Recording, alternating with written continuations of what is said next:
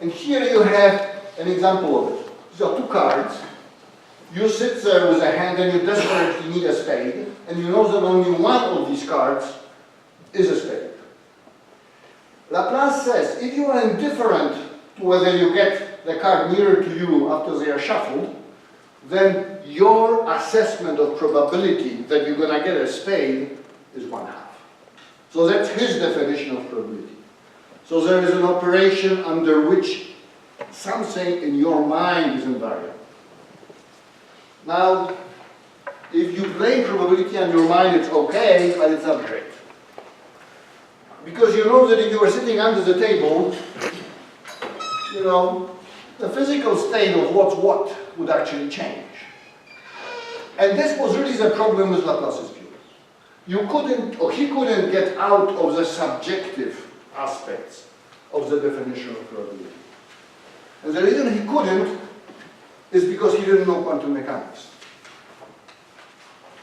In quantum mechanics, you can actually justify rigorously, without blaming things on your ignorance, that certain operations make no difference.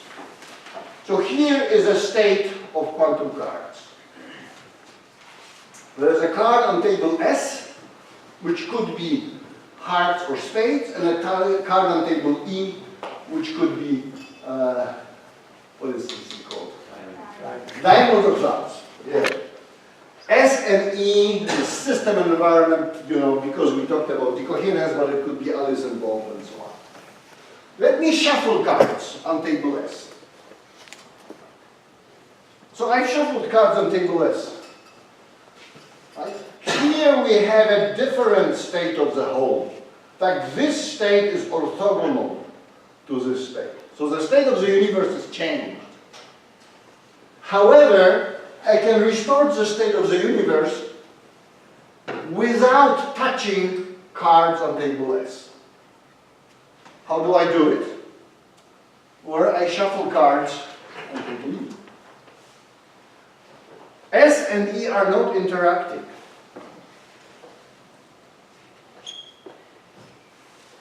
And yet, at the very end, the state of the whole is the same. That means that I switched probabilities on table S, and yet they couldn't have been switched because I can restore that state without touching table S by doing something somewhere else. So in this case, probabilities must have been equal.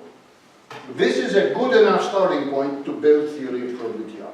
This was, in fact, Laplace's point of departure. His point was symmetry, but the justification was subjective. Here we have an objective justification. Measurements like this that have been made. And they confirm, of course, that this happens. Notice also that if I had alpha and beta here, this wouldn't work. Because I wouldn't restore the same state. I would end up with a somewhat different state. So I do need equal probabilities, equal amplitudes to have equal probabilities. In fact, not quite equal amplitudes. So let's explore it a little bit more rigorously. I'm going to define a symmetry. I call it entanglement-assisted invariance, or invariance for short. It has to do with a situation where I can act on system S in such a way that it does something to the state of the two systems, but yet I can restore the state of the whole just by acting on it. So, you know, what do you see? A very simple example of the symmetry has to do with entangled states. So here is an entangled state written in so-called Schmidt decomposition. If you know what it is, I'm not going to bore you with explaining it. If you don't know, I won't be able to explain it to you with the next 2 minutes. So let me just give you the basic properties. These and these are states which are orthogonal in the state of the system and the state of the environment respectively. Alphas are complex coefficients. The amazing thing about Schmidt decomposition is that there is only one summation here. You don't have a sort of tensor product of one basis with the other. In other words, what you can do is you can rotate the basis in S in such a way that you simplify your life by just having one summation. That's a fairly amazing theorem. It predates quantum mechanics. Right? It's 1905. And it's extremely useful. Now, a simple observation, unitary transformations which have Schmidt states as eigenstates are invariant. How do you see this? Well, here is an example of a unitary with Schmidt eigenstates. What it's going to do, it's going to rotate phases of these coefficients. Right? If I act with this transformation on this state, alpha k's are going to get phases which are phi k bigger. Well, I can undo it. This transformation is invariant because I can rotate phases in the opposite direction with a similar transformation acting just on the environment. Now, physical import of this is that locally Schmidt phases do not matter. So in a sense we have a foretaste of decoherence, loss of coherence of phases, that comes out of considerations which again do not involve density matrices. I mean, density matrices are fantastic when you do more serious calculations, but you see the root of decoherence here. Any questions at this point?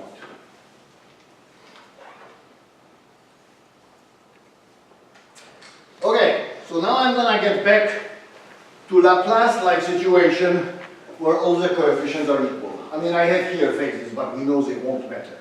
Absolute values of these coefficients is what matters. We know that they don't matter because they are invariant. We can unrotate them, so they cannot have locally any significance.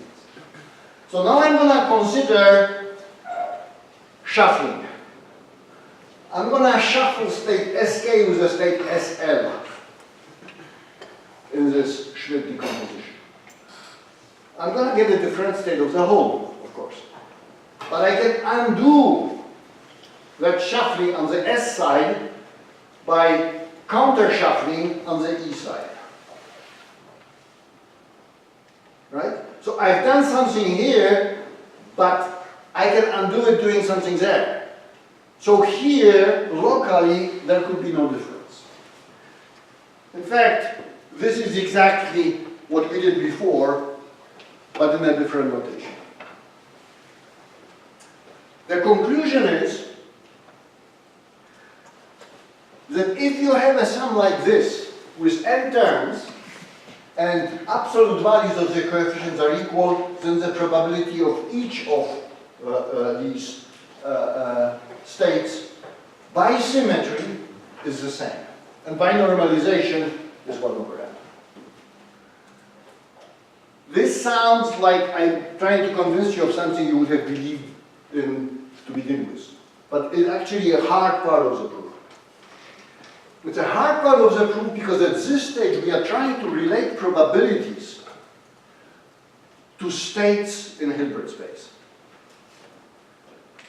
This is tricky.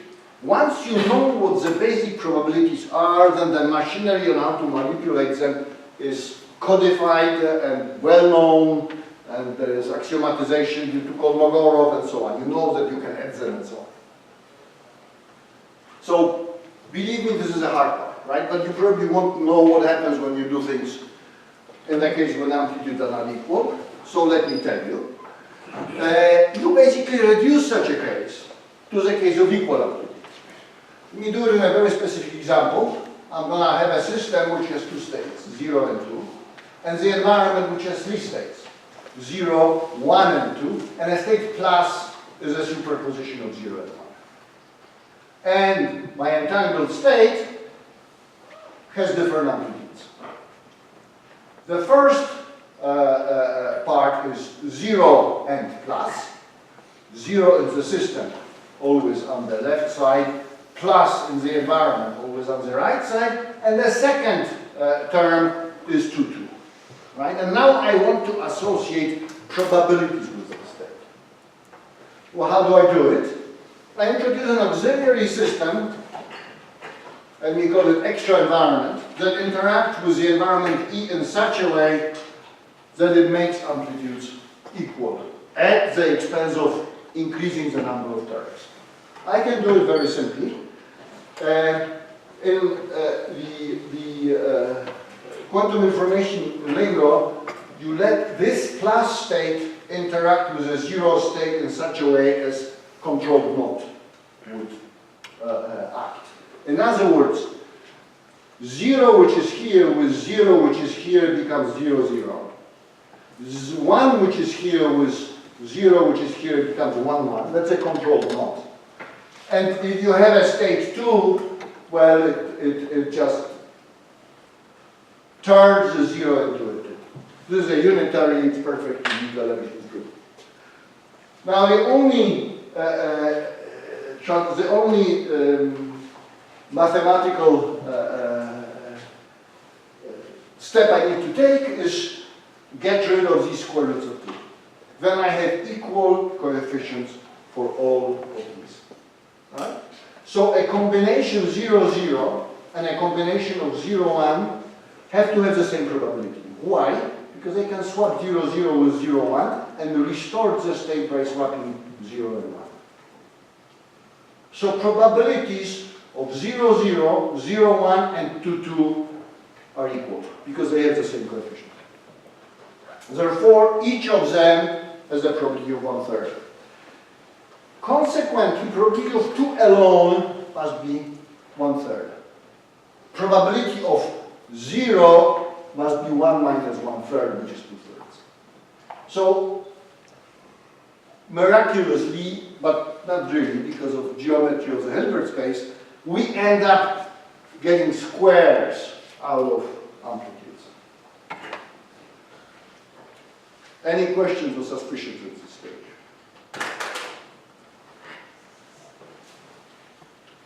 Okay, so I'm almost done.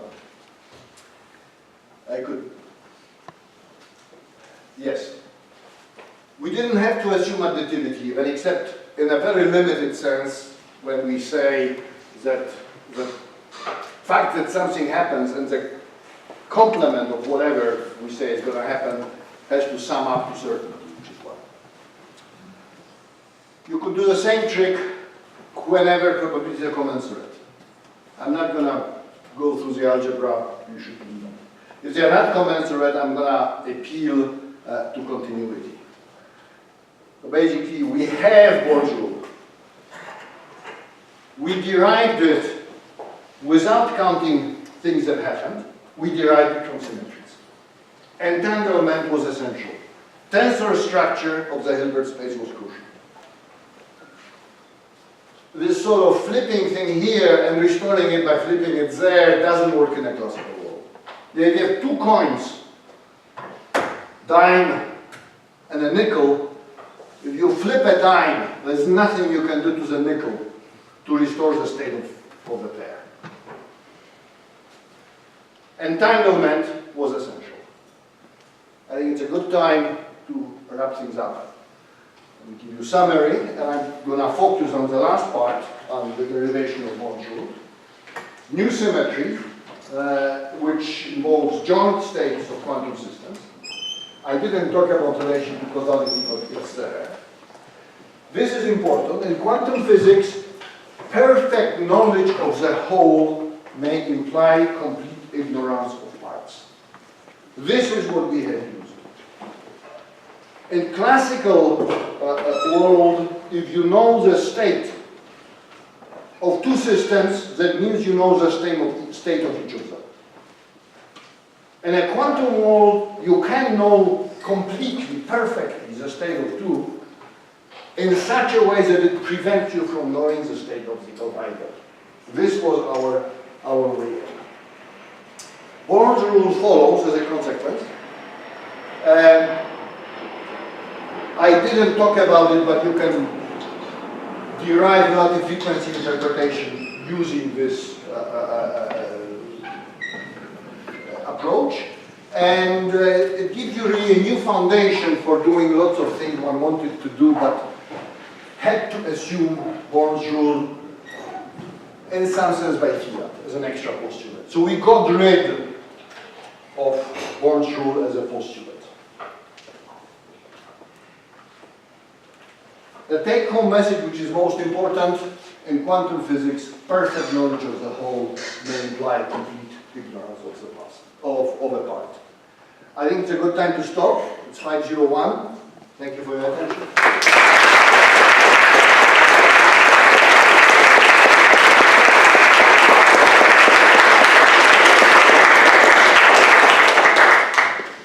Some more questions? Yeah, so can you go back to the Schmidt theorem? Are you effectively there choosing, is that statement only true in a particular basis? Yes.